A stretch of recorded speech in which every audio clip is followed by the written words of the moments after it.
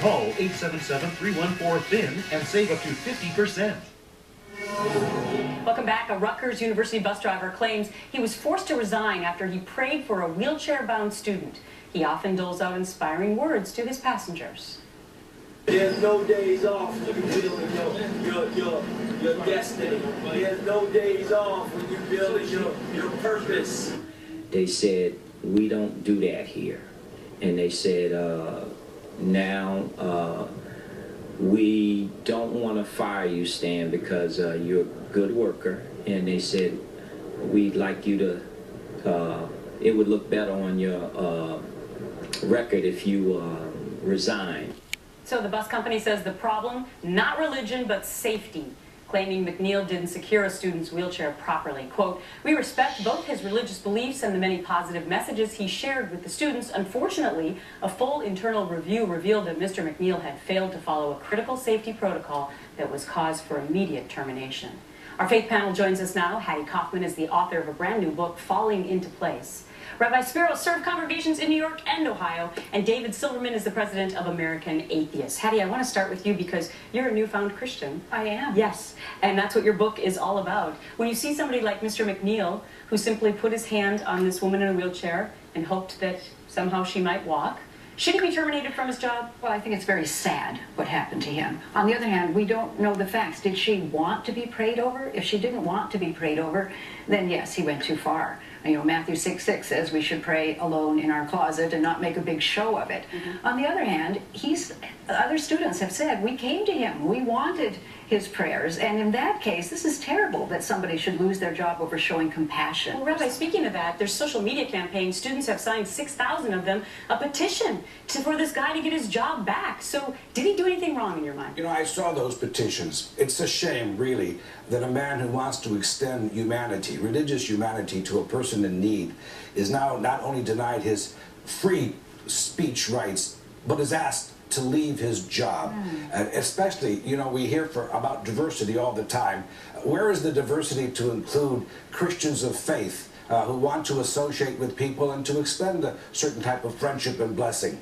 We have, in the last 5 years, witnessed the marginalization of many Christians out of the mainstream precisely because of their religious beliefs, culminating sometimes in them losing their own job. And we got a big, huge sigh from David as you were speaking. You know, he wasn't fired for praying. He wasn't fired for sharing his opinions. He was fired for going up to a girl and putting his hands on her without asking for permission, not asking if she was a Christian, because a third of the students in college are atheists, didn't even care about that, does this repeatedly. If they go to him, that's fine. But we don't know if she complained. We don't know if she complained. This is a very creepy man. This is a very creepy man. A creepy man who wants to be a pastor? Really? Why don't you go down to the street and put your hands on people without asking them first and see how that works? Do we know? You know, he did. He did. He has gone on his he made his own video. That's what we don't know. Suddenly, you know, you shouldn't be afraid of socializing with people that think differently than you. It's not about socializing. It's about a bus driver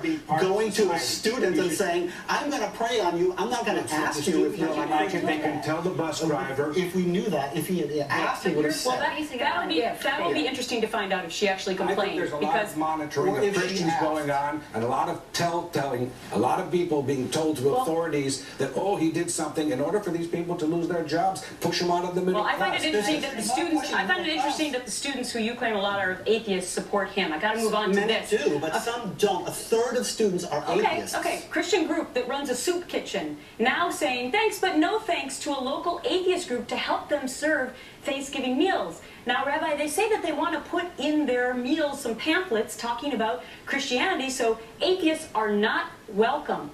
Is that very Christian-like? I think there's no problem with individual atheists being part of the group, but this particular group that wants to be involved is an activist group. They have on their masthead something that says fighting religion tooth and claw. So I question some of their motives. I don't know how humanitarian is. Go back to the Rutgers thing. I think that the religious group who wants to extend all of these foods for Thanksgiving have to be wary of an activist atheist group dedicated perhaps to you must be really hot about this, though, that they're not allowed. The Kansas City Atheist Coalition is an activist group that has volunteered before, and when they volunteer to help people under the banner of a religion without pushing atheism at all. They've been pushed out out because of religious bigotry and religious hatred. It's under the banner of atheism. It doesn't matter. They want to Should this Christian group take the help of atheists to feed the poor? Okay. Apostle Paul said, in all you do, do in the name of Jesus Christ. You have to respect that the church is going to say, we want to do this in the name of Jesus Christ. On the other hand, they had an opportunity to come alongside an atheist and love on the atheist group and, in a sense, serve the atheist group by letting them be there.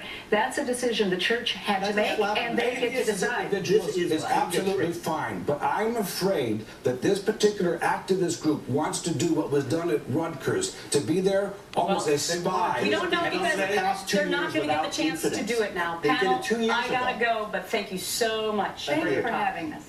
The latest on the NFL bullying scandal and where Miami Dolphins lineman and alleged victim Jonathan Martin, where was he today? Right back.